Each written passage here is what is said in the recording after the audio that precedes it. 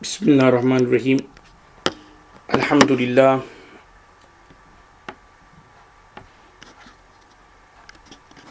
Bismillah ar-Rahman ar-Rahim.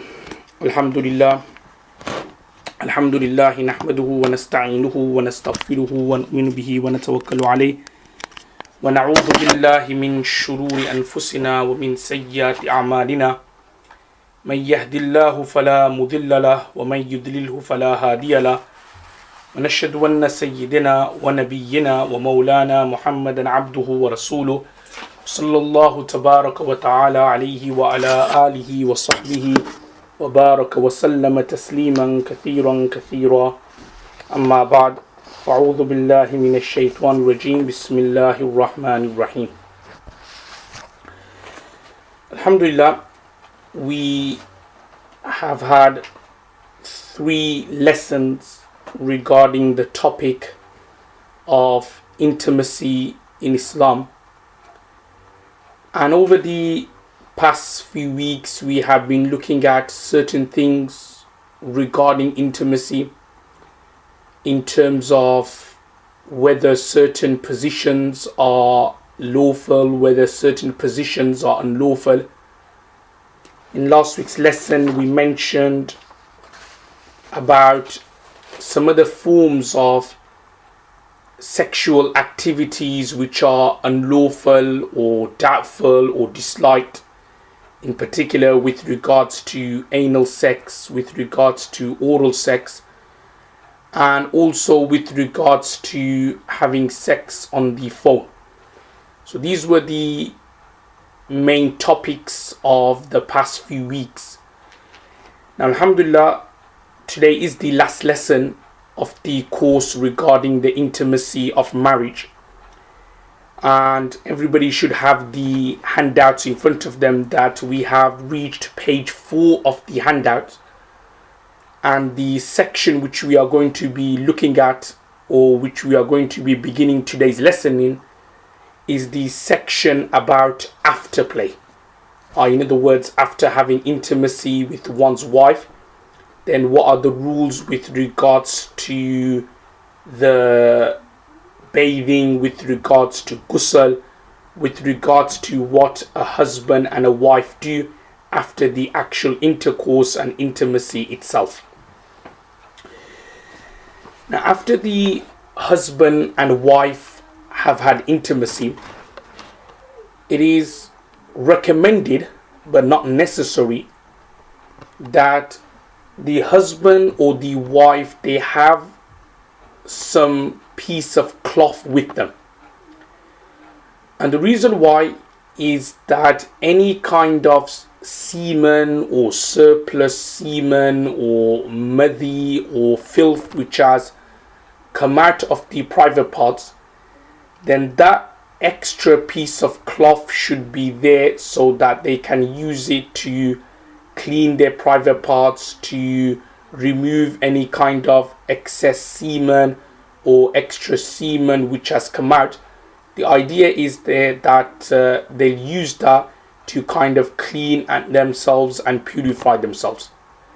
Because, say for argument's sake, if you don't have that and you just had relations with your wife and there's like semen dripping out from the male's private parts, then there's a danger that you may get onto the bedding, you may get onto the duvet, you may get onto the floor, you may get onto the carpet.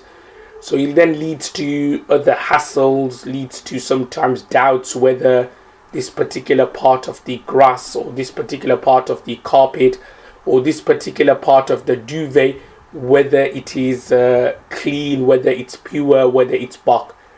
So therefore, because of that reason, it is recommended to have, say, a piece of cloth there so that you are able to, say for example, use that to remove excess or surplus semen which has come out of the private parts. So that's one particular point to remember.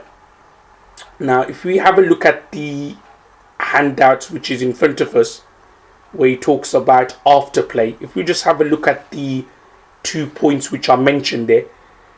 So there are 2 things or 2 kind of points I want to mention. Number 1 is regarding cleanliness and purification. In other words, after a husband has had relations with his wife, and similarly the wife after she has had relations with the husband, then it is recommended, firstly, if we just have a look at the points mentioned in the notes, it is recommended, and also from a medical point of view as well, that husband and wife, they should both urinate after having relations with each other. So before they think about performing ghusl or having a bath, then they should firstly urinate. And the reason why is that by urinating, then any kind of extra semen or madhi, which is kind of blocked in the private part region or area, then is washed out through urinating. So it's always good, recommended, and it's also mentioned there, even doctors, medics also say this as well, that from a health point of view, that it is good that one kind of urinates after he has had relations with his wife, so that he gets, or he removes the impurity or the najas, the semen or the filth which may be stuck inside the private parts. Because doctors have said that, say for argument's sake, if somebody does not urinate and he goes straight away for the bath and the ghusl, and the semen is still clogged in the area, then there's a danger that it may lead to infectious diseases, bacterial diseases in the future. So therefore, it is recommended that even for the wife as well, that after they have had intercourse, that she and the husband as well, they urinate before they think about having a ghusl and then bathing. Another point which I'm going to mention here, a common question which sometimes brothers and sisters ask, is regarding, just say for argument's sake, somebody had a ghusl or had a bath, and after the bath or the ghusl, some kind of semen comes out of the person's private parts. So they've had relations with their wife. Similarly, the wife has had relations with her husband. So they've had a shower, they've had a ghusl, but after the ghusl or after the shower, some semen has come out or has exited the man's private parts or the woman's private parts. Now the question is that, would that person have to repeat the ghusl or not? Would the wife would have to repeat her ghusl? Would the husband have to repeat the ghusl or the bathing or not? So what is the masla, what is the ruling with regards to that? Now the ruling in a nutshell, the scholars, the jurists have mentioned that if after intimacy the husband or the wife, without urinating, without doing, or without, like say for example, doing something, without doing something meaning like without walking, without, without a pause, if that makes sense, was to straight away go for a bath, was to go for a ghusl, and then after the bathing or after the ghusl, some semen comes out, then that semen will be considered as money. So therefore, it would be obligatory and wajib for them to repeat that ghusl and to repeat that bathing again. So I'll just repeat the masla. Just say for argument's sake, husband and wife, they've had intercourse, they've had relations, and then straight away, without urinating, without, like say for example, pausing, without doing something or engaging in something else, they straight away go have a bath, have a ghusl. Now after the husband or the wife has had ghusl, some semen then comes out of the male private parts, or some semen comes out of the woman's private part. Then that semen which comes out will be treated as mani, i.e. thicker semen coming out, which would lead to the husband and the wife having to repeat the ghusl and repeating the bathing again. However, just say for argument's sake, if the husband or the wife, they've had the intercourse, they've had the relations, then after the intimacy, the husband, the wife, they've urinated, or they've done something that, or they've waited a while, say 20 minutes, half an hour, they waited for the semen to come out onto a cloth or onto their trousers or something like that, and thereafterwards then they go for a bath and a ghusl. Then they have the ghusl and the bath. Thereafterwards something sticky or some other liquid comes out of their private parts. Then in that situation it is not obligatory for them to repeat the ghusl. That liquid which comes out afterwards will be treated more like a madhi, i.e. a thinner liquid, which, as I mentioned before, will entail the wuzu to break, but the ghusl will not break. In other words, they will have to repeat the wuzu, but it's not necessary for them to repeat the ghusl. So that is a masla with regards to semen or some liquid coming out after intimacy, after having a ghusl, that if, say for example, they've urinated or they've engaged in some other actions or some time has passed, then some liquid has come out, then that liquid will be treated as madhi. There's no need to repeat the ghusl again. However, if straight away after the intimacy they went for the shower, and then after the shower or the ghusl some liquid comes out, then that liquid will be treated as mani. So in that situation they will have to repeat the ghusl, and also they will have to repeat everything again, any prayers which they may have prayed subsequently. Why? Because that liquid which comes out afterwards will be treated as mani. And does any brothers or sisters have any questions about what we discussed thus far before we move on to the next section? Obviously you could use the messaging system on the corner of your screen for any questions you would like to ask.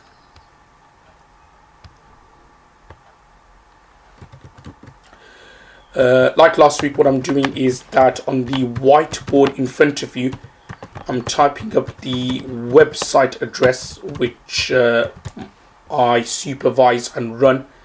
It's a website where we take online questions.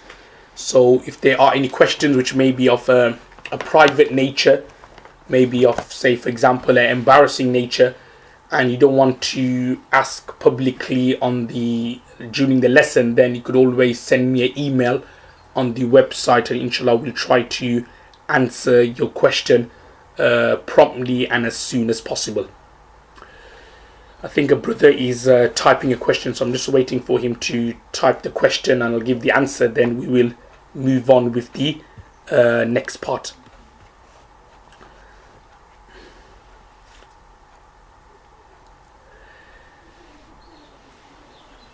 Okay, okay, we'll continue inshallah. Now let's have a look at the okay, the question which the brother has asked is just with regards to what I just explained. I think he's probably asking for more clarification. That basically, if there was, say like for example, a delay after you've had the intimacy, and there was a delay, say half an hour, 45 minutes, and then you went and had the ghusl and the shower, then in that situation any liquid which comes out, that will be treated as madhi and not mani, not the semen one. And there's a reason why that is the case, is because when you've had intimacy and then you've waited, say, half an hour, 45 minutes, and you've let all the semen come out of your system, out of your private parts. Now, when everything has now come out, and then you go and have a shower and a ghusl, so if you do experience any kind of liquid there afterwards, it'll be treated as madhi, and you don't have to repeat the bath. However, if, say, for example, you just quickly had intercourse with your wife, and from your private parts some semen is still slowly coming out, and then without pausing, without taking, without, like, say, waiting a few minutes, you then straight away have a shower and a ghusl, and then you quickly had the shower and the ghusl, and then you then experience some other thick semen coming out. So that thick semen which comes out will be treated as mani, and in that situation you will have to repeat the ghusl again. Now, if we have a look at the handouts which is in front of us, another masla here is, when does the ghusl, or when does the bathing or the ghusl become obligatory? Now, this is a very important masla. Sometimes some people, some brothers and some sisters as well, they make a mistake. Some brothers in particular think that ghusl becomes obligatory if there was ejaculation. In other words, if the husband has inserted his private parts into his wife's private parts, and if he has reached ejaculation, only then ghusl becomes obligatory. But actually the rule, according to the majority of the scholars, including Imam Abu Hanifa rahimahullah, is that as soon as the tip of the male's private part enters the woman's private part, that's it. There doesn't even have to be actual penetration. If the tip of the man's private parts just enters the private parts of the woman, of his wife, then as soon as that happens, ghusl becomes obligatory, ghusl becomes farz. Whether there was actual penetration or not, whether there was ejaculation or not. So it's a very important ruling actually, because I know many brothers sometimes they think that, oh, ghusl is only obligatory if there is ejaculation. And many of them, they may have had relations with their wife where there was no ejaculation, and then they thought that, oh, because there wasn't any ejaculation, hence I don't have to go for a shower or a ghusl, and then they pray the fajr in the morning, they pray the zuhr, without realizing that actually they're not ritually clean and pure to be praying fajr salah, to be praying zuhr salah, to be praying asr salah. Why? Because as soon as their private part entered the wife's private part, ghusl becomes obligatory and farz, whether there was ejaculation or not, whether there was penetration or not. So that is one very important ruling to remember when it comes to the ghusl side. The next ruling, this comes on to number 2 here, is that it is recommended that as soon as a husband and wife had intercourse, that it is recommended that they have a ghusl or a shower straight away. Straight away meaning like after they've urinated, these things, they have a ghusl straight away. They shouldn't really delay, wait for hours and hours and then have a ghusl or a shower. But soon as they have had the relation, then they should have the ghusl within a reasonable amount of time. And this is based on a hadith which can be found in Sunan Abu Dawud, narrated by the fourth Khalif of Islam, the son-in-law of Rasulullah sallallahu alaihi wasallam, Sayyiduna Ali radhiyallahu anhu, where Prophet sallallahu alaihi wasallam has said, "La tadkhulul malaikatu," the angels do not enter, baytan, a building, fihi suratun wala kalbun wala junubun, The angels do not enter a building where there are pictures, wala kalbun, where there are dogs, wala junubun, and where there are people who are in the state of major impurity. Angels do not enter that particular building or do not enter that particular place. So because of this particular hadith mubarakah, scholars have mentioned that as soon as you've had intercourse relations with your wife, then you should think about within a reasonable time to have a ghusl, to have a shower straight away. And the reason I'm mentioning this is that obviously sometimes many couple, what they do is that they have relations at night, but they can't be, to put it in a very blunt term, they can't be bothered in having a ghusl or a shower straight away. So because they can't be bothered, then what happens is that when they wake up for Fajr, or if they don't wake up for Fajr, when they then wake up in the morning, 7, 8 o'clock in the morning, then they have their shower and the ghusl and then they go to work.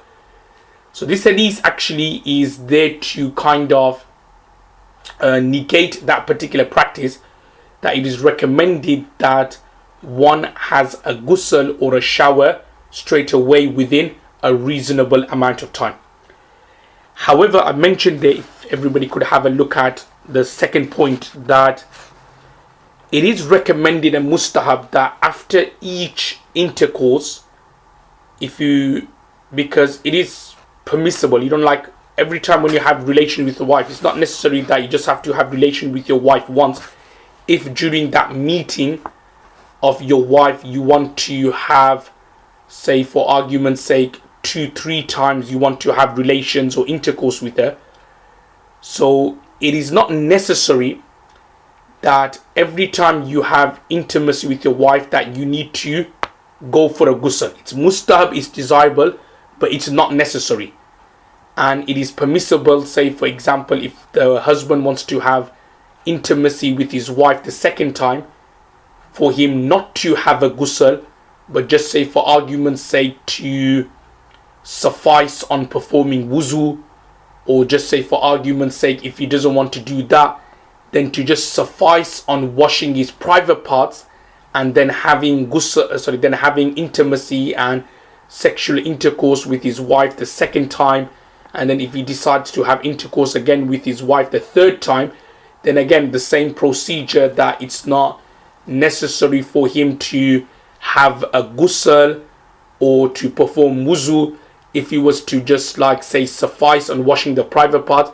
And even scholars have said that even if he did not suffice on washing the private parts, but he then just had intercourse with her straight away without even washing his private parts, then that is also allowed. Allowed meaning like mubah, it's permissible, not recommended, not hygienic. Hygienic will be to have i.e. either the entire ghusl or the very least, performing wuzu and washing the private parts. But if he doesn't do that and he then, say for argument's sake, was to without washing his private parts, was to re-engage in sexual intercourse with his wife the second time or the third time or the fourth time, then that would be allowed and that would be permissible. So that is in a nutshell the ruling with regards to the second point which we have there. Another masla which I'll just mention under this section, and then I'll give brothers and sisters the opportunity to ask questions. A common question which some brothers and sisters tend to ask, or brothers in particular I should say, is that is it permissible to shower with one's wife? In other words, the husband and wife, they've had intercourse, they've had relations. Is it permissible for them to now shower with each other? Is it permissible for them to have ghusl with each other? Now, as I mentioned before, that it is permissible for a husband to see his wife's private parts, not probably out of adab and haya and modesty, that it's good, but you can in principle see your wife's private parts. And not only that, just for example, if your wife's private parts, if that's covered, and then you are showering together, you are having a ghusl together, so that in itself is permissible and is allowed. And there's actually a hadith regarding it, a very famous hadith which I'm sure the brothers or sisters who have attended must have heard. It's a hadith which can be found in Sahih al-Bukhari, narrated by Sayyidah Aisha radhiyallahu anha. And this hadith, he explains, Kuntu aghtasilu ana wan nabiyyu sallallahu alayhi wasallam min ina'in wahidin. Which Sayyidah Aisha then says that I and the Prophet of Allah sallallahu alayhi wasallam would perform ghusl min ina'in wahidin, from one tub or from one utensil. So from one tub or from one big utensil, I and Rasulullah sallallahu alayhi wasallam would perform ghusl together. And there's also another hadith which can be found in the Muwatta of Imam Muhammad rahimullah. There's two Muwattas. I'm sure many of the students who have attended would know that one is the very famous Muwatta of Imam Malik rahimullah. Then there is another Muwatta, a hadith book called Muwatta Imam Muhammad. So in the Muwatta of Imam Muhammad is mentioned that Rasulullah sallallahu alaihi wasallam, he bathed with Sayyida Maymuna radhiyallahu anha and also with Sayyida Salama radhiyallahu anha. Obviously, not together, obviously, but in two separate occasions. Rasulullah sallallahu alaihi wasallam bathed with Maymuna radhiyallahu anha and also with Salama radhiyallahu anha as well. So from this we can understand that it is permissible for husbands and wives to bathe with each other.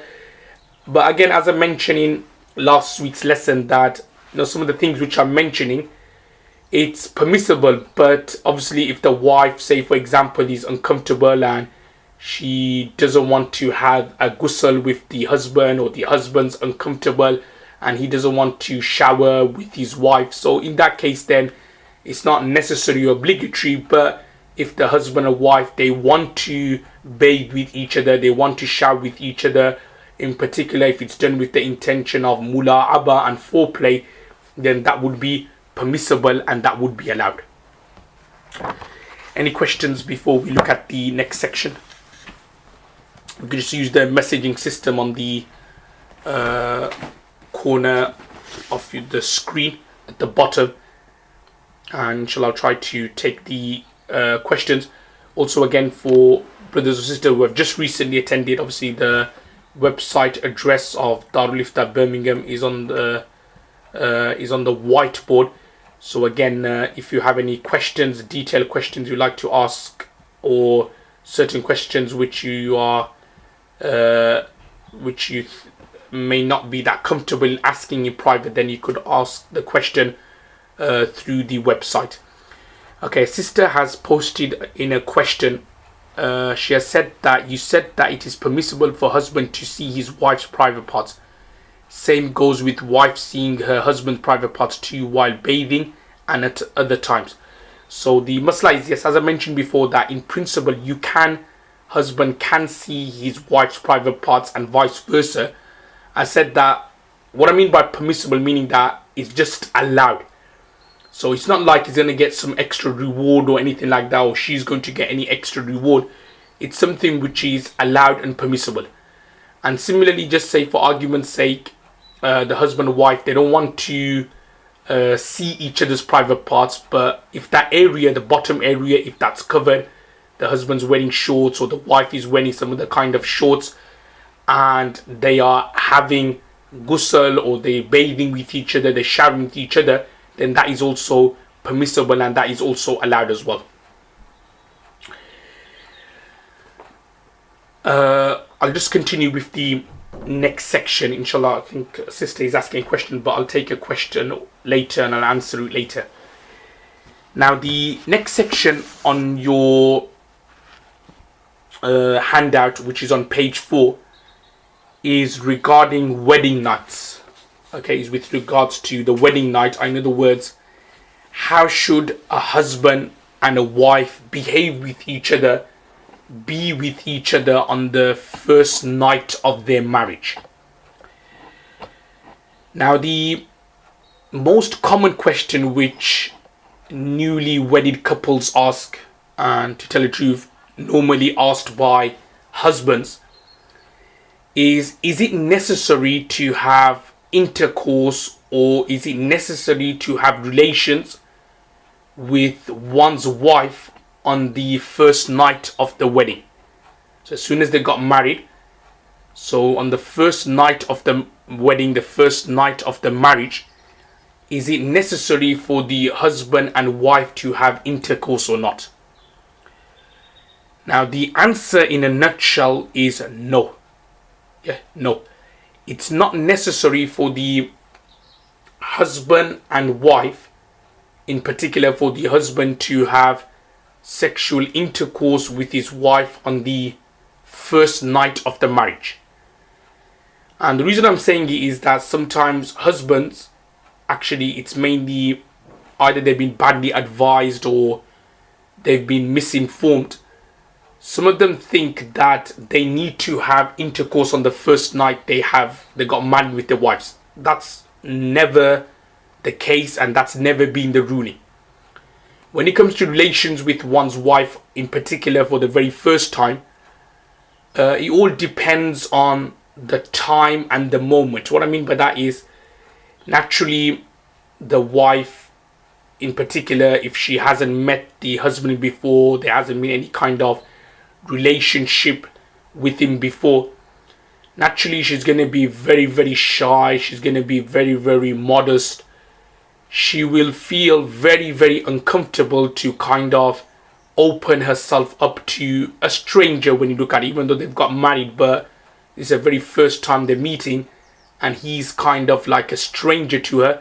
So she will feel very, very uncomfortable in, say for example, opening herself up to her husband on the first night.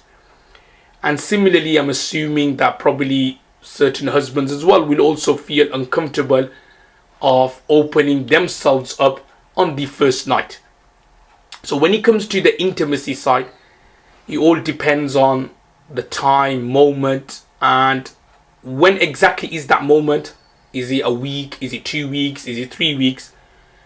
It all depends on the couples. The couples will know the moment when actually this is the moment when we should try to consummate the marriage and have a relationship. So husbands will know that, wives will know that when exactly the moment is. But again, there's no time limit about 1 week, 2 weeks, 3 weeks. Because sometimes certain brothers, they are badly misinformed. They're badly misguided regarding this issue. Sometimes I've heard some brothers say that, well, I thought that you had to consummate the marriage within 3 days, otherwise your marriage breaks. Some say that, I thought you have to have relations with your wife within a week, otherwise your marriage breaks. So sometimes husbands, because they've been badly misinformed, misguided, they kind of, force it upon their wives that, come on, let's have relations, let's have intercourse within a week, within 3 days, when actually the wife is not physically, or probably mentally I should say, ready for that particular union. So one thing to clarify here with regards to the wedding night is that it's not necessary for the husband to consummate the marriage on the first night, or even after 2 nights, or even after 3 nights. It all depends on the moment, and that moment is something which the husband and wife will know that this is the moment to consummate the marriage. Now, if we have a look at the notes which I have provided on the handouts, it just explains some adabs and some etiquettes or certain things a husband and wife do when they see each other and when they meet each other on the first night of their wedding. Now, it's mentioned there that it is considered to be a sunnah that a husband, when he enters his wife's private room, private chamber on the first night, that he puts his right hand on his wife's head and he prays for her. And after he then prays for her, the wife then should do the same with the husband. In other words, the wife should then place her right hand on the husband's forehead and also make a dua and pray for goodness in him and also for goodness in the marriage. And this is also the same dua the husband will make for the wife, that the husband should pray for goodness in the marriage and also goodness for her. Now, if we just have a look at what dua exactly the husband should make when he places his hand on her forehead, and what dua the wife should make when she places her hand on his forehead. If you have a look at the handout which is in front of us, I've just mentioned the translation of the particular dua. But the Arabic of this particular dua can be found in Sunan Abu Dawud and also in Sunan Ibn Majah. And the Arabic of the dua goes by the words Allahumma inni as'aluka khayraha, which means that, O Allah, indeed I ask you for her good. So remember, the husband will put his right hand on his wife's forehead and he will make this particular dua. O Allah, inni as'aluka khayraha, I ask for you her good, khayraha, wa khayra ma jabaltaha alayhi, and the good which you have created her with. So the good which you have created her with. Wa'udhu bika min sharriha, and I ask her for protection, or I seek refuge to you from her evil. Wa sharri ma jabaltaha alayhi, and from the evil which you have created her with. So in other words, you ask for goodness from her and from the marriage, and also you seek Allah subhanahu wa ta'ala's refuge from her evil and from any evil in the marriage or in the nikah. Now, after the husband makes that particular dua, the wife will then, vice versa, will then repeat the action. In other words, she would put her right hand on the husband's forehead and the following dua will be made, which is Allahumma inni as'aluka khayrahu. Obviously, the brothers and sisters who study Arabic will know that khayraha, the ha is a pronoun which refers to a feminine, but because this time it's the wife who is making the dua for the husband, so instead of the word ha, she will change it to the word hu. So it will be Allahumma inni as'aluka khayrahu wa khayra ma jabaltahu alayhi wa a'udhu bika min sharrihi wa sharri ma jabaltahu alayhi, which again is the similar translation that, O Allah, I seek goodness in him, i.e. the husband, goodness in the marriage, also seek your protection and seek refuge from you for any evil in him and also evil in the marriage. So that is the dua the husband and the wife should firstly make on the first night of their marriage. Thereafterwards, the next point, so that is the first part of the adab or the etiquettes of the wedding night. Now, if we have a look at the handout which is in front of us, this is on the second adab or the second etiquette. This is on page 5. That it's mentioned that it is desirable that the husband and the wife pray 2 rakat salah and then make a supplication after the prayer. Now, there isn't actually a hadith where it's mentioned that the husband and wife should do such a thing. What I mean by that is that there isn't a hadith where it says that the on the first night, husband and wife couples should pray 2 rakat salah. So there isn't a hadith regarding that. But there are hadiths regarding a prayer which we call Salatul Shukr, which means the prayer of gratefulness, Salatul Shukr. And this 2 rakat salah the couple are going to be praying on that particular night is in a way is like salatul shukr or salatul haja. It's like the prayers of need or the prayers of thankfulness or gratitude. And what should the couple do on that particular night is that when they pray this particular salah, they should basically pray to Allah subhanahu wa ta'ala for haja. Haja means for goodness in the marriage, in the nikah, that no kind of problems in the marriage, that everything goes well, everything goes proper, no kind of issues, no kind of difficulties in the marriage. And also at the same time, they should make dua for like thanking Allah subhanahu wa ta'ala, that Allah subhanahu wa ta'ala has given them a match or a spouse so that they can save themselves from the zina, they can save themselves from adultery, they can save themselves from the fitna and the mischief from outside. Because I know a lot of brothers and also a lot of sisters as well, for years they've been trying to get married, but the match doesn't come. Or sometimes there is someone who they meet, but in terms of iman, in terms of piety, taqwa wise, they're not suitable. So actually when you look at it, getting married and then protecting your desires and fulfilling your desires in a lawful and in the halal way is actually, think of it to be a great blessing from Allah subhanahu wa ta'ala, because you could have been like other single men, other single women who, say for example, cannot get married, don't have the means to get married, or who have the means to get married but they don't find a right spouse or a right partner for them. So when you pray this 2 rakat salah, think of it, make the intention of salatul haja, the prayer of need. So in that prayer you make intention and you then supplicate to Allah, Allah make this a happy marriage, a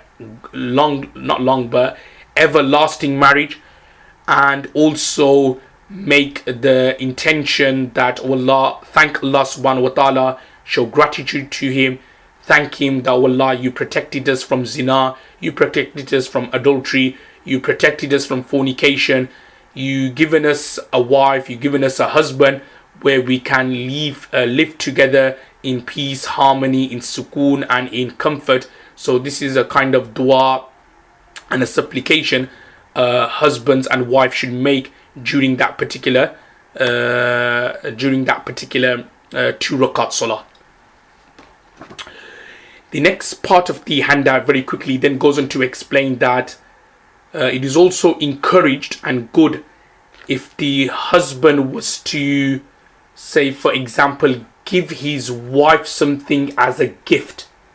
And then I've mentioned a hadith there from Musnad Ahmad where he explains that Prophet ﷺ giving Sayyidah Aisha a bowl of milk to drink. So from there the scholars have derived that it's also good as well to break the ice, if that makes sense. That something sweet, that if the husband was to give his wife, say, a gift on that night, something like a ring, something like a necklace, something cherishable. Similarly, the wife should give something to the husband, because as they say that the first moments or the first look counts. So if on the first night you you treat her nicely, or the wife treats the husband nicely, then you'll see that will then go well, and that will then bear the fruits, reap the fruits of a very happy and a peaceful and a tranquil marriage. But if on the first night you tend to be very aggressive, you shout at her, you speak to her in a abusive, in a disrespectful way, then it doesn't really go or abode well for the marriage in the future. So that's why if you look at the next part of the handouts, I mentioned there that couples during that time, they should be very sincere, very polite. They should be tender to each other. They shouldn't be harsh, they shouldn't be aggressive, they shouldn't be rude in the way they talk and they speak, because if they do, then it doesn't really bode well for their marriage in the future. So it's a very, very important time actually. That first night, a lot of people underestimate that first night they spend with their marriage. Many men in particular, they want to, on the first night, show who's boss. They want to show that, yeah, we are going to be wearing the trousers in the marriage. We're going to decide everything. So not only, they may not be having intercourse with their new wife on that night, but the way they act, the way they boss their wife, the way they kind of behave, the way they speak, the way they be aggressive, rude, these kind of things, they give that impression. But then what happens is that the wife inside, she's kind of hurt and she feels bad, and then she starts kind of regretting that, is this what I've got myself into? Is this the marriage which I'm happy with? So on and so forth, which leads to problems in the future. So it's very, very important for both husband and wife, they be tender to each other, nice, kind, polite to each other during the wedding night. Okay, we'll just leave you there for a sec. Any brothers or sisters have any questions then they would like to ask? The sister who asked the question earlier, she was asking that, is it permissible to see the husband's private parts, or husband to see the wife's private parts? Is it during foreplay or at any other time? So the answer is that it should be restricted to foreplay. Obviously you can technically look at your wife's private parts whenever, but obviously to look at her private parts whenever is really, I'll say in my personal opinion, something which is against modesty and haya. So where there's a need, then in particular foreplay time and so on, then obviously it is permissible and then it is allowed. Any questions?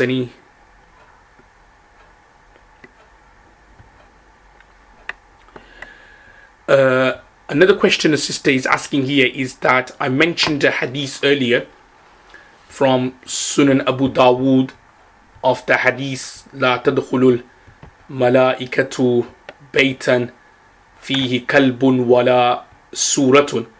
So I mentioned that particular hadith there, and then the last part of the hadith was wala junubun, that they also don't enter a house where there is someone who is in the state of janaba, i.e. in need of major impurity.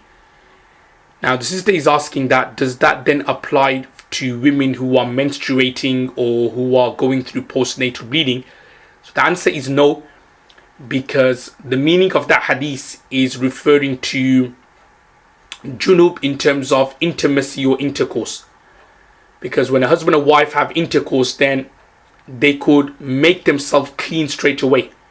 They could make themselves pure straight away. But if out of laziness they kind of like, let hours and hours pass without having a ghusl, without having a bath, then that's when the angel will stop entering. But a woman who's on a periods and so on, because it's like she's on a periods and it's a longer sustained period, like 10 days maximum at least. So that's why the angels would enter the house or the room in that situation. So it's referring to more like in the state of janaba, when a husband and wife has had intercourse, or like the sister just emailed in, how about the state of ihtilam? Ihtilam means that when a husband has had a wet dream, say for example, or woman has a wet dream. So in that situation, so the answer is that yes, in that situation, if a husband has had a wet dream, then they should, or he should have a ghusl straight away, and not leave it or be in that state for hours and prevent the angels from coming into that room or into that place and barring the angels. So you should have it straight away. Okay, we're going to continue with the section. I think a sister is typing a question, but inshallah I'll take that question later on. Okay, now the next section which we are going to start, we're on page 5 now, is with regards to abortions, about IVF treatment, and then on page 6 with regards to contraception. So common questions regarding intimacy which husbands and wives ask is regarding abortion. Now with regards to abortion, let's have a look at the ruling firstly and we'll use the handouts which I've given in front of you. Now, it's mentioned in a hadith which can be found in Sahih al-Bukhari, a very famous hadith, a hadith also of Sunan al-Tirmidhi, that Rasulullah sallallahu alaihi wasallam has said that on the 120th day, so on the 120th day, after the human being has undergone many changes, in other words, initially it was a semen, then it turned into a clot of blood, thereafterwards it then became a flesh and a mudgha, then on the 120th day an angel comes and he is ordered by Allah subhanahu wa ta'ala to blow the ruh and the spirit into the fetus. And this angel, as mentioned in the hadith of Sahih al-Bukhari, Sunan al-Tirmidhi, Sunan Ibn Majah, Sunan Abu Dawud, this angel then writes for this child its umr, in other words its age, its provisions. He also writes about whether this child is going to be from min ahli jannah or whether it's going to be from min ahli nar, whether this child is going to be sa'id, is going to be a good fortunate child, or whether it's going to be shaqi, whether it's going to be unfortunate child, someone doomed, destined to go to the fire of hell. Now it's on the 120th day, that's when the soul is put into the child and into the fetus. And what I'm trying to explain is that on the 120th day, that's when that mudgha, that flesh, or that child, or that lump of flesh, I should say, has become a human being, has become a child. Now, keeping this particular hadith in mind, so I'm not going to go over all the notes which is in the handouts there, but keeping this particular hadith in mind, the scholars have mentioned that it is strictly speaking haram and lawful for anyone to have an abortion, or for a mother to abort the child after 120 days. So after 120 days to have an abortion is strictly speaking haram and lawful. You know, here sometimes cases where sisters have fallen pregnant and without any valid reason they just have an abortion after 120 days. So that is considered to be strictly speaking unlawful, haram, totally impermissible, totally unallowed, and this is something which the Sharia doesn't allow.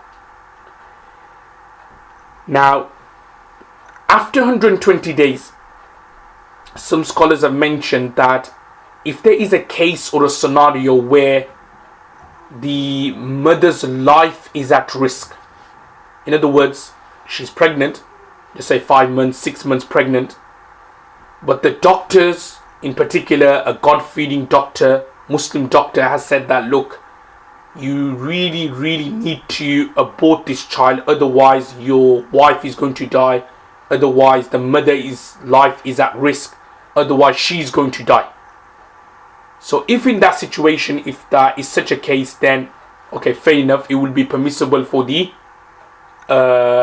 mother to abort the child after 120 days. So that is, it's only in that situation. But again, I need to really strictly stress to the brothers and sisters who have attended that even then it's always good to get a second opinion from another doctor, from an imam, or from the scholar, and then really think about it, do mashwara, do istikhara, and think about whether you want to abort the child. But if, say for example, doctors have said you've got a second opinion, and the doctors have said that, look, if you don't abort the child now, your wife's life is at risk, then say for example it will be permissible to abort the child after 120 days. But generally speaking, without any valid reason, even after 120 days, sometimes you hear cases where doctors said after 6 months that after the wife's been pregnant for 6 months that, oh, your child is going to be born with a genetical disease, with a disability, or the child is going to be deformed. So again, in that situation, to abort the child after 4 months, after 120 days, would not be allowed, would not be permissible. So even though the child may be born with a disease, with maybe deformed, maybe born with a genetical disease, to abort the child after 120 days, after 4 months, would not be allowed. Now, with regards to aborting the child before 120 days, just say after a month, after 2 months, is it permissible to have an abortion? Now, the masla or the ruling, again, the scholars have mentioned, is that no, it's still impermissible to have an abortion before 120 days. So before 120 days, to have an abortion is not allowed, is not permissible. However, I mentioned there in the handout which is in front of you that in certain circumstances, such as before 120 days we are talking about, such as the mother's life is at risk, or like, say for example, the woman who wants to have an abortion, she became pregnant through zina, through adultery, through fornication, or she was, Allah forbid, she was raped and in that way she fell pregnant, then he's telling us that before 120 days she would be allowed to have an abortion. But again, I need to stress that it's always good that you get a second opinion from another scholar, another imam. Ask your local imam for a fatwa regarding that. But again, before 120 days, if it's based on reasons such as the mother's health is at risk, or before 120 days the child is going to be born deformed or with a genetic disease, or will be born in a deformed way, so before 120 days it will be permissible to abort the child. Or as I mentioned there, that if the mother has fallen pregnant due to rape or due to zina, whatever, then before 120 days it will be permissible for the mother to abort the child. So that is a masla with regards to abortion. So in a nutshell, the masla about abortion is that after 120 days, after 4 months, strictly speaking, it is haram to have an abortion. Having an abortion will be considered as qatl, will be considered as killing someone. That will be haram, that will be unlawful.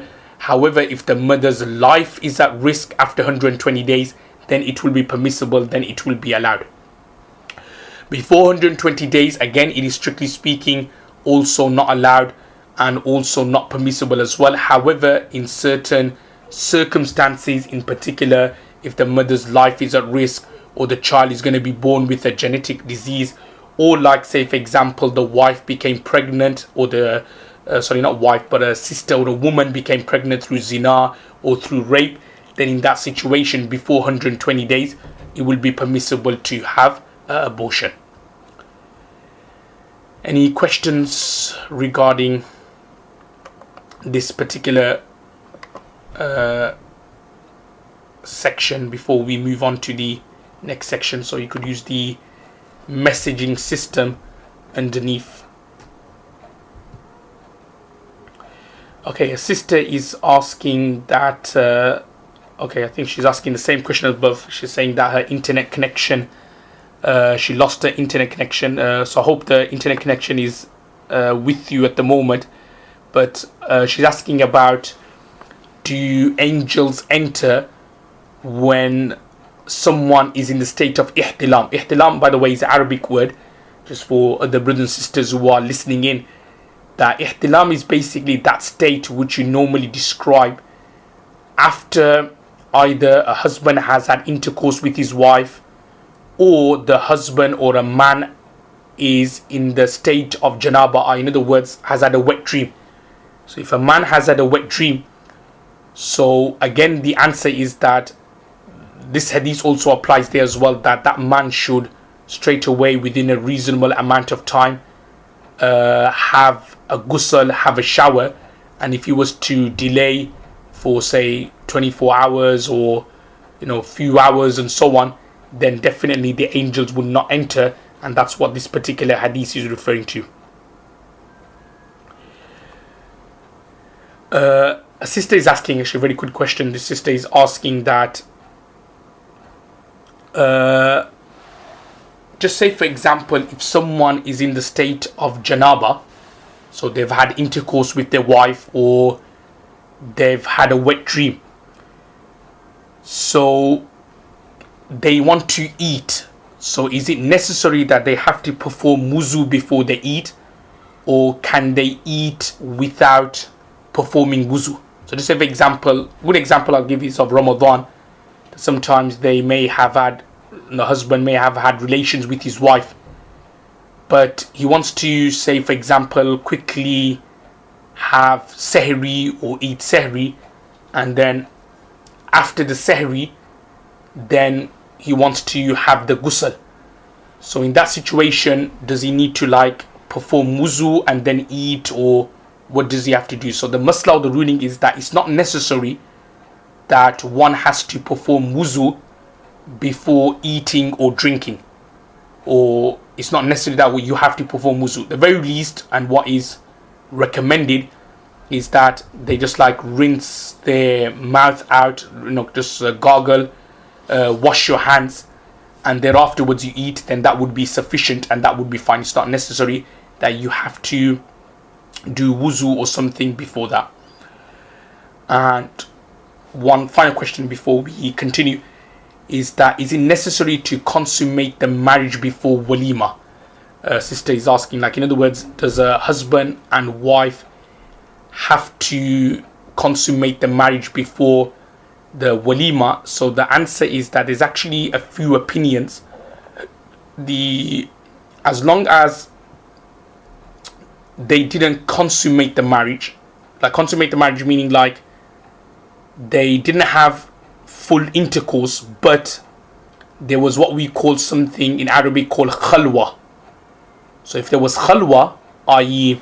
privacy and seclusion, then that's fine. That's enough to then have the walima there afterwards.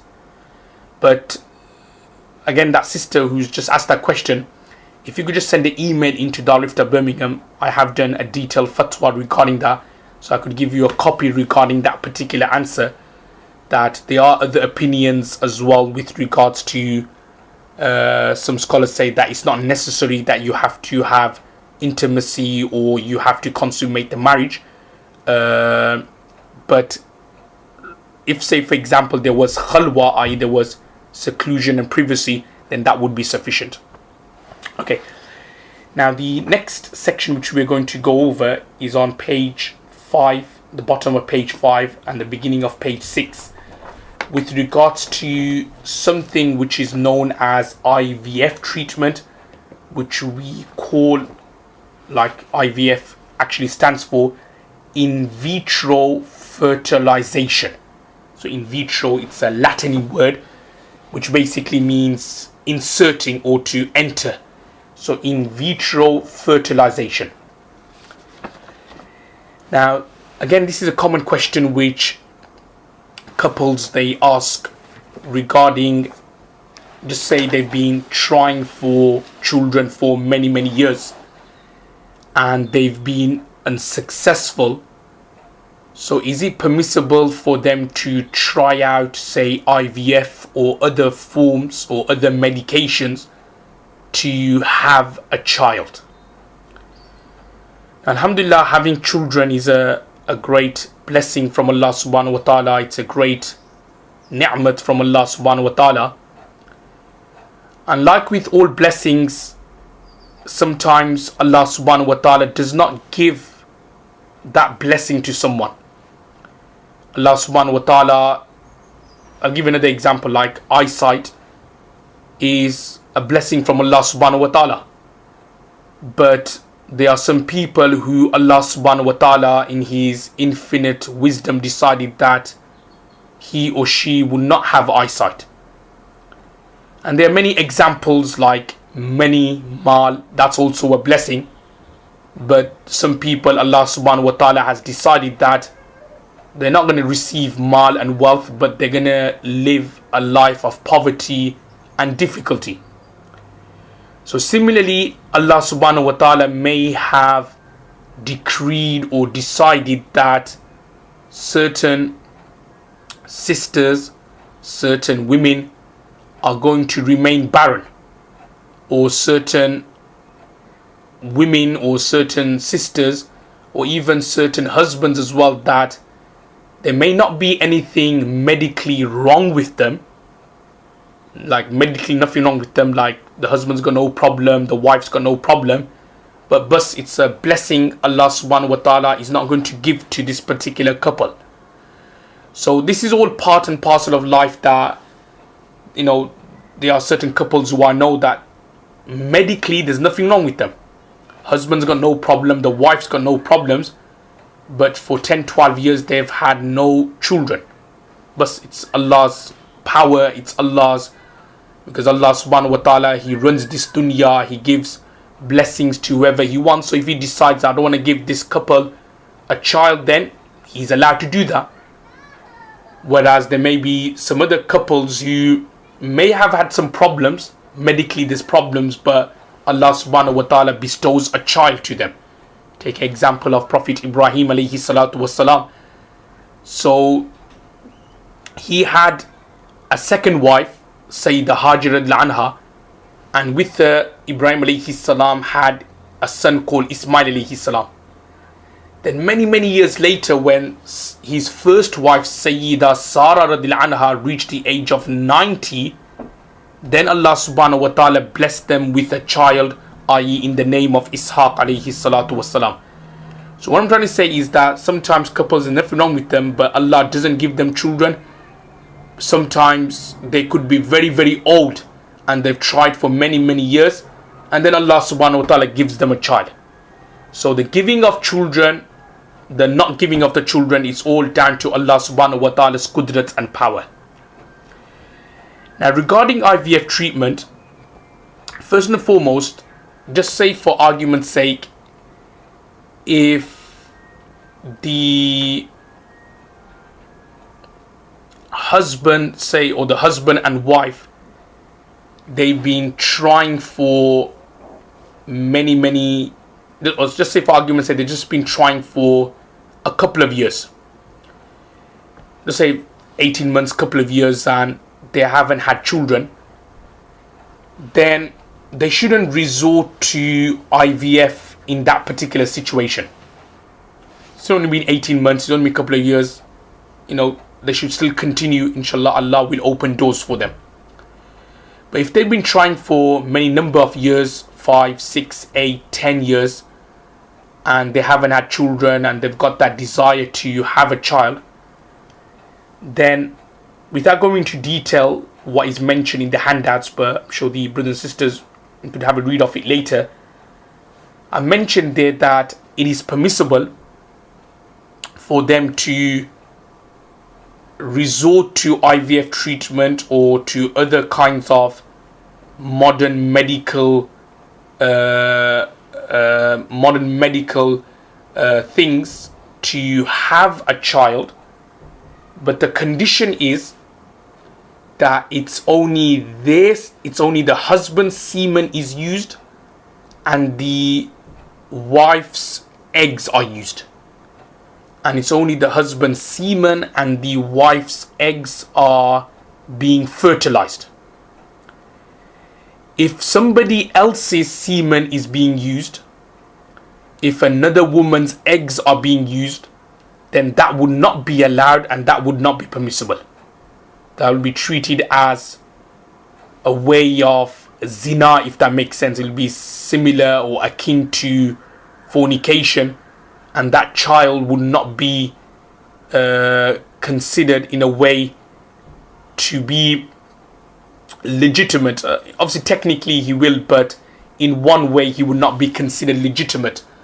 So therefore it's very important that if husbands or wives are thinking of going onto that particular side, that the child, the semen and the eggs are of theirs, and it's not of a third party, it's not of a surrogate mother, it's not of another man.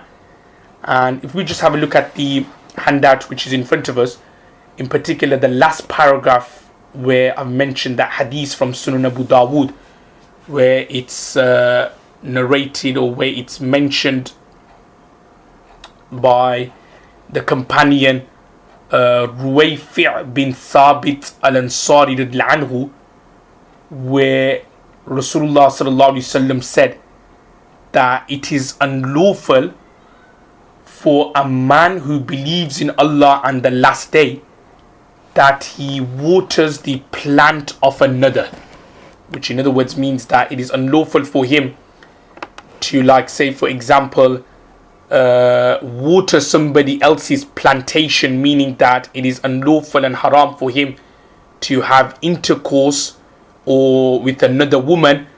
And what does it mean by watering somebody else's plantation? Is like what I just explained, that if a husband is using his semen but not into his wife's eggs and getting that fertilized outside and then planting it into his wife's womb, but he's using somebody else's eggs, like another woman's or a donor's eggs and so on, then in that situation this hadith of Abu Dawud will apply, and that would be considered unlawful and haram. Any questions about this particular section about IVF before we move forward?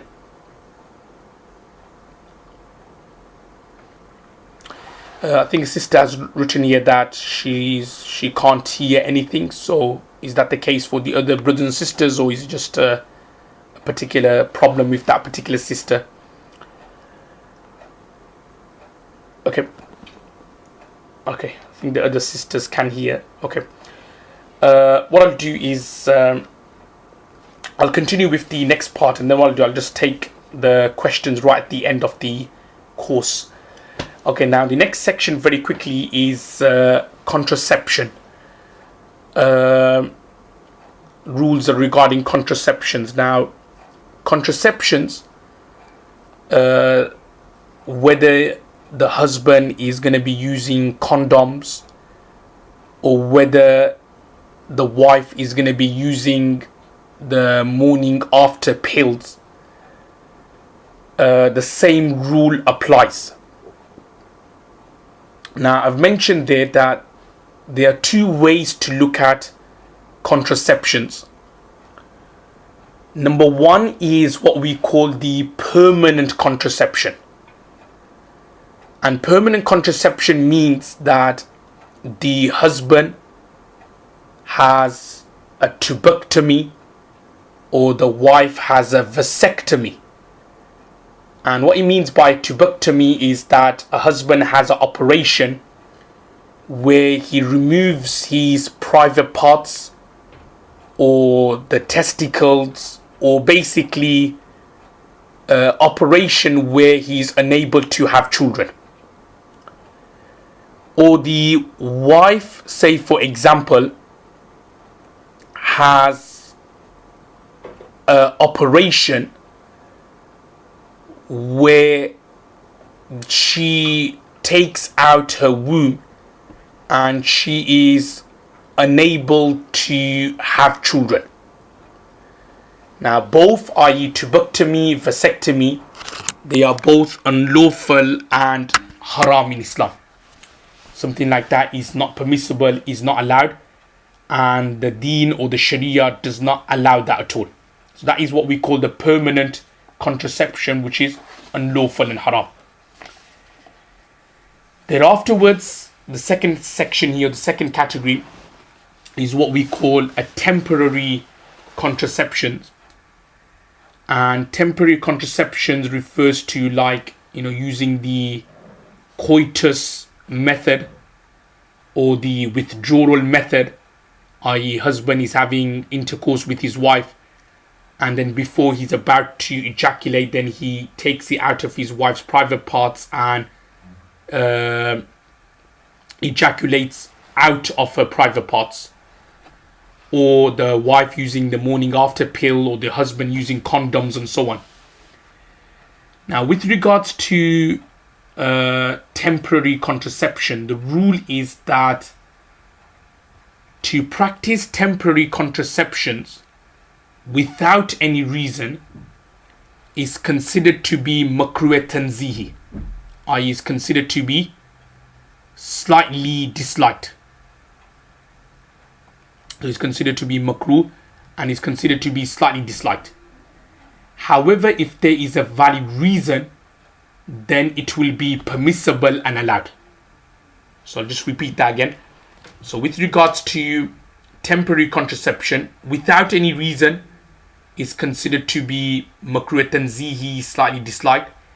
But if there is a valid reason, or if there is a legitimate reason, then it is permissible. And if we just have a look at the handouts which is in front of us, I've just mentioned some reasons where temporary contraceptions, like using the condoms, the morning after pill, may be lawful and permissible, such as, say for example, the physical state of the woman, or weaknesses or illnesses. What I mean by that is, if the wife is like weak, or she's ill, or she just recently had a child, and you think that, you know what, it's not ideal that if we have a child straight away. So if in that situation, if for a year, a few months, if the husband was to use condoms, or the morning after pills, or the withdrawal method, then that would be allowed, that would be permissible. Another kind of example I've given, that the husband or the wife or the couple, they want to space out the children. So they don't want to have like children one after the other, so because the husband or wife, they won't be able to, say for example, look after them properly. So in that situation, if they were to space the children out, then that would be allowed and that would be permissible for them to practice temporary contraceptions. Now, one point to highlight here is that, these reasons I mentioned, this is for, remember, valid reasons to use temporary methods of contraceptions. Remember, if the wife falls pregnant, then to use these reasons to abort the child, that's not allowed. That's not allowed.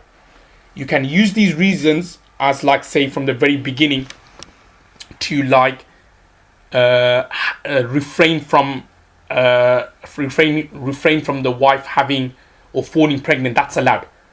But as soon as she falls pregnant, then for the wife, say for example, to resort like to use these as excuses to abort the child, that's not allowed. But you can use these excuses as temporary contraception means and methods, so that the wife and so on does not fall pregnant. And then lastly, I've just mentioned at the end of page 7 that if contraceptions are being practiced or being used for reasons which are contrary to the teachings of the Sharia, then that contraception would not be permissible and would not be allowed.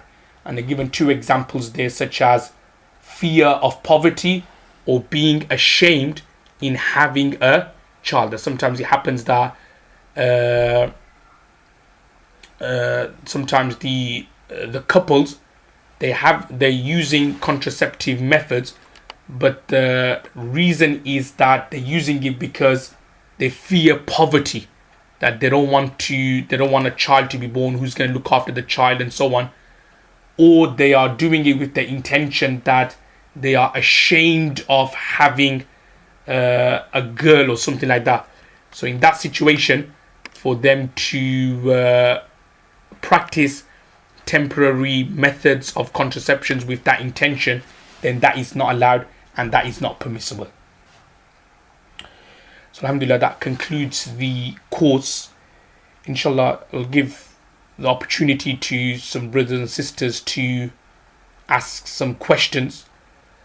Also, as I said before, that if there are any questions which you'd like to ask in detail or anything about the deen, then you could always come to the website, which is written there on the whiteboard, which is daruliftabirmingham.co.uk. So any kind of questions and so on, you'll be able to ask me there, and I'll try to answer the questions as soon as possible. Whilst some brothers and sisters are typing in some questions, obviously we'd like to take this opportunity to thank the brothers and sisters who have attended the course over the past 4 weeks. May Allah accept all your efforts. If there has been any shortcomings from my side, then inshallah please forgive me, and I hope that everybody has benefited from the course. So this is the very first time I actually done an online course, so I think I may have made some mistakes, or sometimes the sound issues were always a problem, but alhamdulillah, the brothers and sisters who have attended, so inshallah I hope everybody's enjoyed the course, you benefited from it. Now inshallah this is like the next part, which is very important. That is that whatever we've learned, whatever we've acquired, we try to then convey to other brothers and sisters. So because it's mentioned in the Quran as well, and also in the Hadith, that if somebody has knowledge and they don't benefit others with that knowledge, so you'll be questioned by Allah subhanahu wa ta'ala in the hereafter. So alhamdulillah, we've learned quite a bit over the past 4 weeks about certain things, about intimacy, certain practices which are lawful, certain things which are unlawful. Now what we should do is that in a nice way, in a way which is according to the laws of the Sharia, if we convey to others, then inshallah we will get reward, and we are also benefiting ourselves, and we are also benefiting others as well. Now I'll just take a couple of questions before we finish. Alhamdulillah, some brothers and sisters have emailed in some nice words, but inshallah may Allah accept all our efforts for his deen. A sister is asking a question that, is it permissible to use a barrier method, i.e. condoms, as a means of temporary contraception? So the answer is yes, you can. So you can use like in the morning after pill for sisters. Husbands can use condoms, and that's allowed. Again, a sister is right, has mentioned that the dua you read before intimacy, is it mustahab or farz? So the answer is that it's a sunnah, because it's mentioned in the hadith that one should read that particular dua. So it's a sunnah. We would not consider it to be farz. So the dua to read before you have intercourse, Allahumma jannibna shaytan wa jannibi shaytan ma razaqtana. So that is a dua. It's in Sahih al-Bukhari, the dua we read before a husband has intercourse. So that dua is considered to be mustahab or sunnah to read. So it's not considered to be farz or obligatory. Okay, some other questions.